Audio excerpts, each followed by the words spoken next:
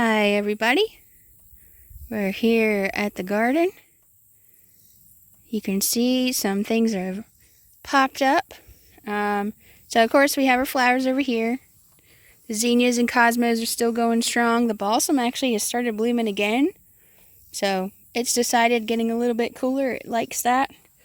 Our black-eyed peas, which are these, and they actually are purple hull peas. And they are double planted in this row. And single planted here in this row. This row is a week behind this row. So if you'll look, you can see there's quite a difference. These ones are actually starting to put out their next sets of leaves. And then over here, this next row, here is the green beans. They're pretty spotty. They haven't all come up yet. But I may have to fill in a little bit with them. They're not coming up as well as I would like them to. The butter beans, as you remember, they're the same age as that first row of black-eyed peas over there. They're looking good. They are a little bit spotty. So there are some gaps. You'll see especially more way down there. These are the butter beans that I've allowed to hang out a little bit longer. And if you look, they're actually, let's see if you can see them, putting on all these new little baby butter beans. See? All those little baby ones. So I'm going to let them keep going as long as they'll keep going. And maybe eventually we'll get a good harvest out of them. If you'll remember, when we tilled this row under, these were planted here were butter beans. This was a straggly little, like, third of a row. And when we tilled them under, they apparently still had plenty of seed on them, and they have reseeded themselves. So I think what I'll do is come over one evening and transplant them over to the row that's a little bit sparse and try and just get one really nice row and put something else here. Down the end there, planted squash today. Okay. So, we're going to plant some summer squash. We're going to go these guys. I decided to get the actual crookneck, not the hybrid version. So, hopefully, we'll have the squash bug protection they tell us we'll have. So, it says to plant them a few seeds evenly over a hill 9 to 12 inches tall and 2 feet across. So, what I'm going to do is, I'm not going to make a hill just yet. I'm going to make a hill after I plant them, because all I have right now is this little thing. So, what you do, and it just says a few seeds, so we're going to go with 3. And I think I'm just going to plant the whole pack. And if we have a whole bunch of squash, we have a whole bunch of squash. But that's what they look like a mini version of a pumpkin seed.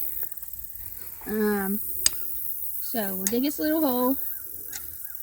It's probably actually too deep. We'll let it be nice and shallow because I'm going to come back and make a better hill for it. Give it about a foot and a half. Actually, you know what? I'm just going to get these big knots off. These big clods. And what I'm going to do, instead of digging a hole, because I want to bring, look at that big spider. See him? I don't know if he bites. I'm not going to ask him. But I'm just going to lay my seeds on top of the ground. That one gets 4. And then I'm going to come back and make my hill for them. Now the reason you make a hill is so that so they're not down where they get so wet. They don't do well when it's really wet. They kind of rot. What you saw with the ones that I had earlier this season, I think a lot of their issues were because they were in a really wet spot. So these are up a little bit from that. Hopefully they're up high enough that they won't have a water problem. And hopefully we're late enough So we've outsmarted the squash bugs.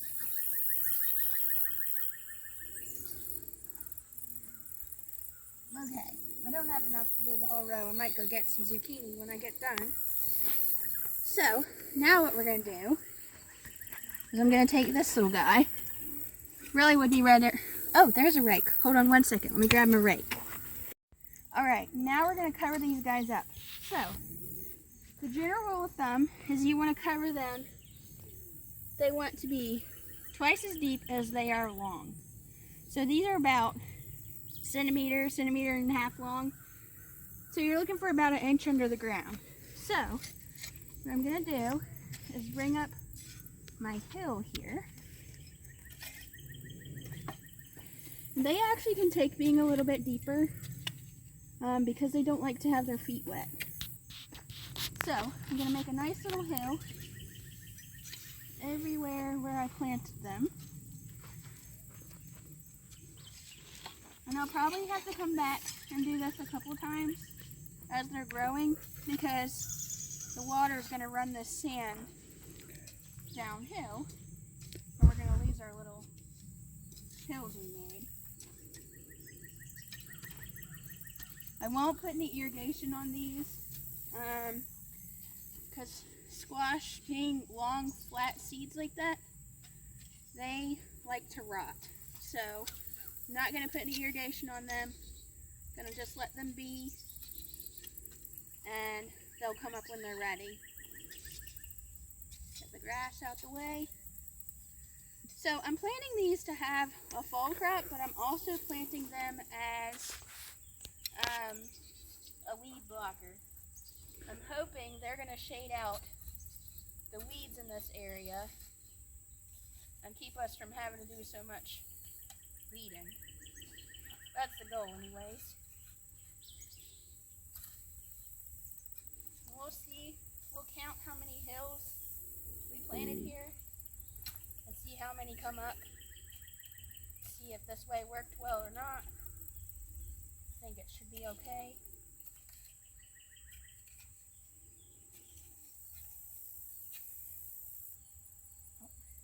Nice big red ant. Oh, look, a little, that's a cabbage moth. That's good to know.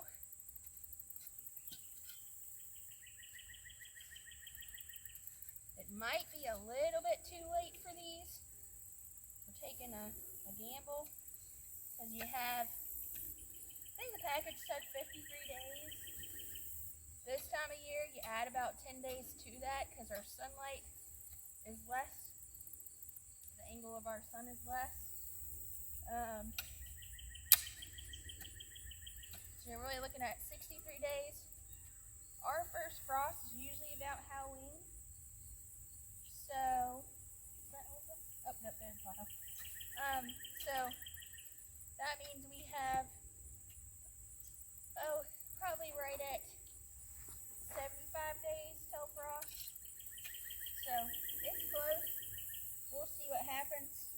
Alright, so I have 1, 2, 3, 4, 5, 6, oh froggy, 7, 8, 9, 10, 11, 12, 13, 14, 15, 16. We're going to call it 16 hills. It might be 17.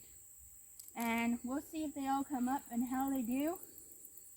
And hopefully they'll keep the weeds down for us and give us some good squash. We'll have squash for Halloween and maybe Thanksgiving. And then coming over to the peanuts, they're still looking great. I told you I was going to dig up a spot and see if we could see any peanuts. So let's see if we can find a good spot here to do that. We have to find an actual...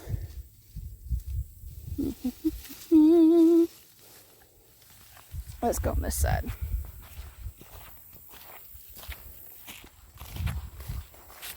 We can try right here.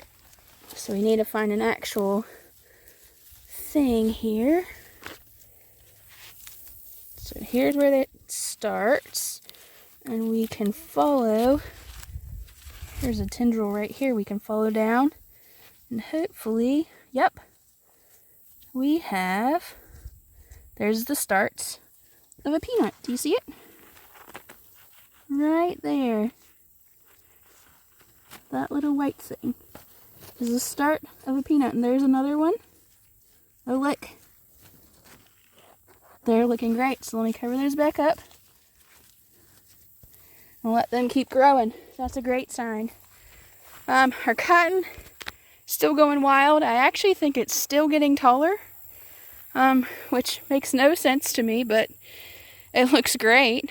If you'll see, the balls down here haven't opened up just yet. Still building the cotton in there, but it looks like it's going to be loaded, so we should have a lot of cotton to harvest. Come over here to the pumpkins. Well, actually, I wanted to take you down here because I saw a little baby pumpkin. So we'll go down here, and if you look, let's see, where did I see it? Oh, there it is. So if you'll look, I don't know that I can get over there to show you. See down in there? That is a baby pumpkin. I don't know if you can see it. I can't really get to it. That is a baby pumpkin. It still has some of the flowers stuck to it. Here's one of the beautiful flowers. There's been bees just a-buzzing around today. Really enjoying those. You'll see they're going wild. These ones on the end, the squash bugs did get, they are gone. You'll see mixed in there some sweet potato vines. They're doing okay. They do a lot better if they didn't have so many weeds. There's sweet potato vine, sweet potato vine. So we'll see what they do. They are still getting some irrigation because we haven't been getting a lot of rain. We'll go back over this way and show you and see all these butter beans, all these along the edge here. Lots to transplant. The pumpkins from this end. Marigolds are kind of dying out. You'll see the basil down there still doing great. I got dirt in my eyeball. Peppers, really yellow. Some on their last leg. But then some are taking off. So if you look down here, we've got buds. We're going to be blooming again. Some little baby peppers on there. So I'll just let them go as long as they'll go. You'll see still more and more of those purple peppers. They've done really well this year. Go down here. These are my tomatoes. You can see where I've gotten some of them staked up now. But we do have some little mites.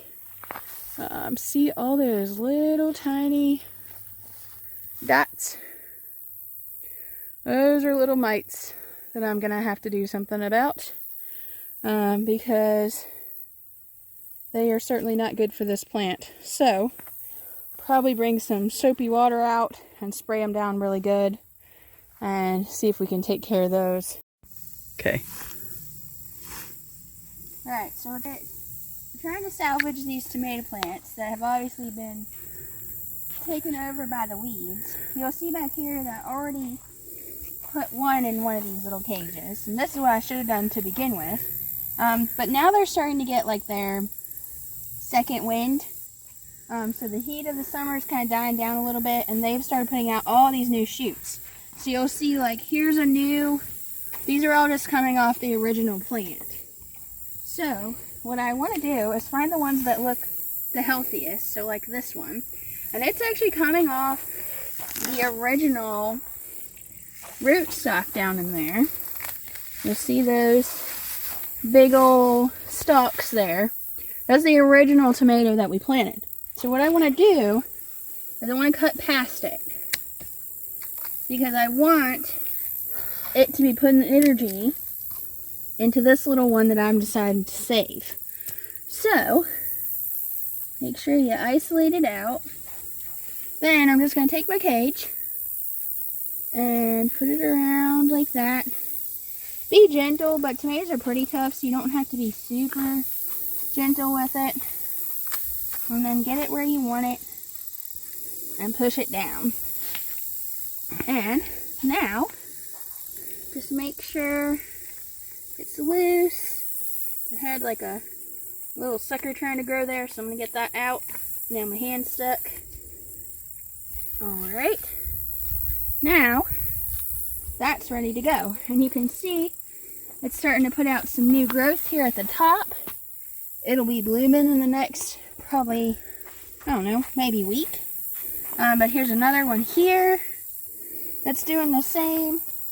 That was a pretty easy one, but if you look, so like this one is much longer and spindly, and you have all this like dead going on. And some of it's blight, so there's some blight on this. Anything like that you want to cut off so that you're back to the original good healthy plant. So in this case, because it does have so much stalk here, you actually can kind of coil that and then put your plant like this, because all of that stalk down there will grow roots. It will get down there to the ground and you'll have a big root stock. So that's what we're going to try with that one. Let me grab a cage and I'll show you. So, and this should be one of our plum tomatoes, one of our like Amish taste tomatoes. So I'm going to cut a little bit more. It's got some parts I don't want to have. So we'll cut some more of these bad bits off. And that's good. Go ahead and cut that string because it's not doing anything anymore. And then what I'll do is I'll get it through here first, which, hold on. Let me bend some of these. So these cages are homemade. They're just some welded wire fencing that I spun around in a circle and made cages. Then I just took some pliers and bent the ends, and then I cut where it would have had one of these cross pieces. I cut that off, so now I have spikes to stick in the ground. So we'll run the tomato through here, which this one's a little bit harder because it's spindly. And we'll grab it and pull it through, except it's stuck. It's stuck at the bottom. There we go. We'll pull it through till we get to the end. Like so. Make sure we can get all the way down to the ground.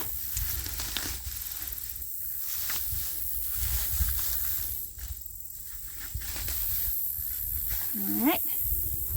And then we're going to kind of coil it in here. It keeps getting caught on that one.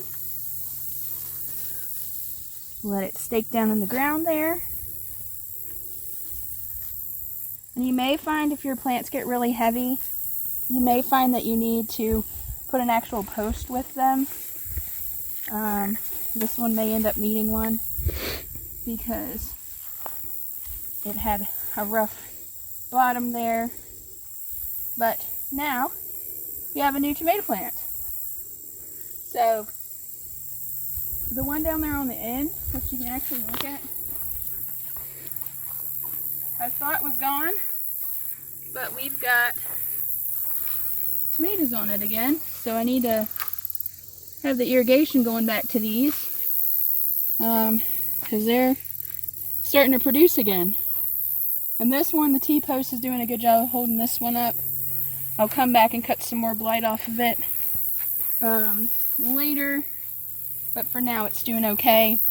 If you go down here to the other ones,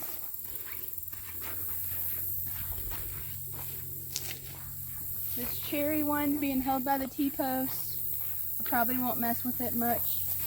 The Juliets are doing really well staying up on this line, so I probably won't mess with them either. But I will, if I have any more cages, I'll work some more on these that are our bigger, hardier tomatoes. But yeah, that's pretty much where we are on tomatoes right now. They're getting their second wind. Zinnias are looking okay. They're a little worse for wear where the tractor knocked them over and messed them up a little bit, so they're not standing up like I'd like them to, but hopefully they'll get themselves together. This is still just bare and open. Haven't made it out here to do anything with them yet, but we do have a little volunteer here, and I'm thinking that's a cucumber, but we will see. I'll see if I can protect it long enough to find out what it is. Our sunflowers are looking great. Come down here, I mean, they're falling over and getting a little floppy and everything, but now that the corn's gone, you can really see them. Like, look at them, aren't they cool? The birds have been loving them. There's a really pretty red one there in the back.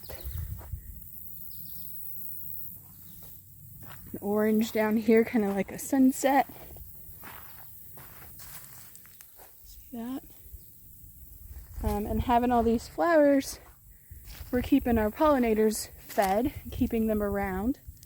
So they're really helping out and getting the butter beans pollinated properly, the tomatoes, and then anything else we'll have as the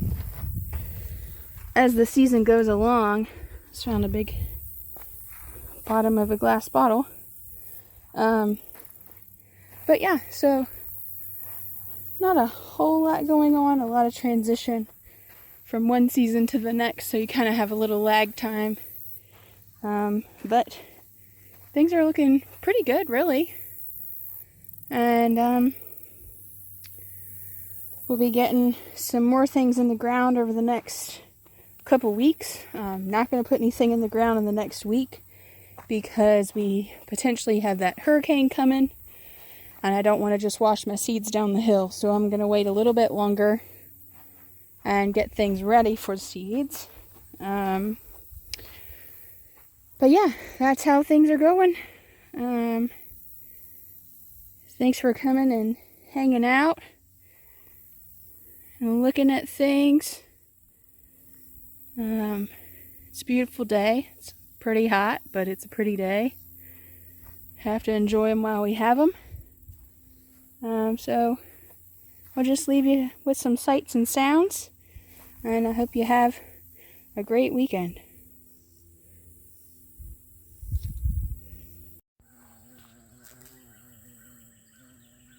Bumblebee doing his job, pollinating butter beans. We're going to see if we can sneak up on this goldfinch. I don't know, he's on that very last sunflower. I don't know if we're going to succeed, but we're going to try. I don't know if you can see him. He's sitting on top of that oh, there he goes. Well, we almost got him.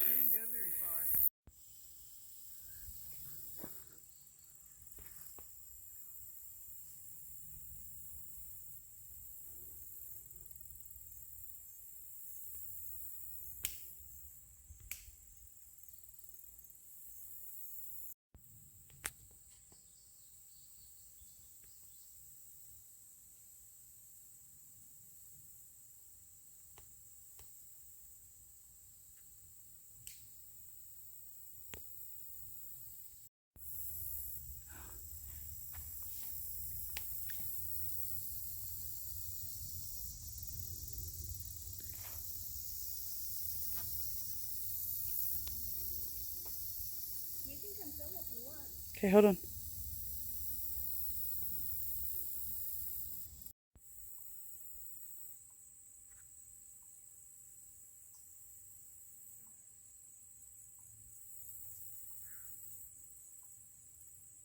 There's a hummingbird right there.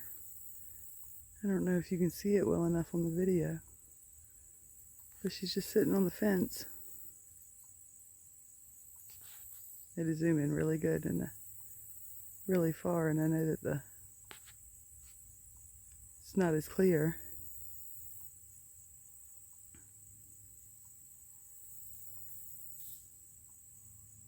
I was hoping she'd fly to one of the zinnias.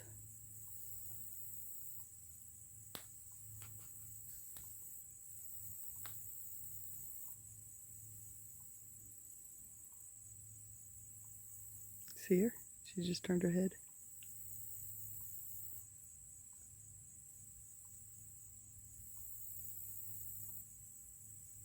She's just sitting on the fence. Oh, where'd she go? There she is.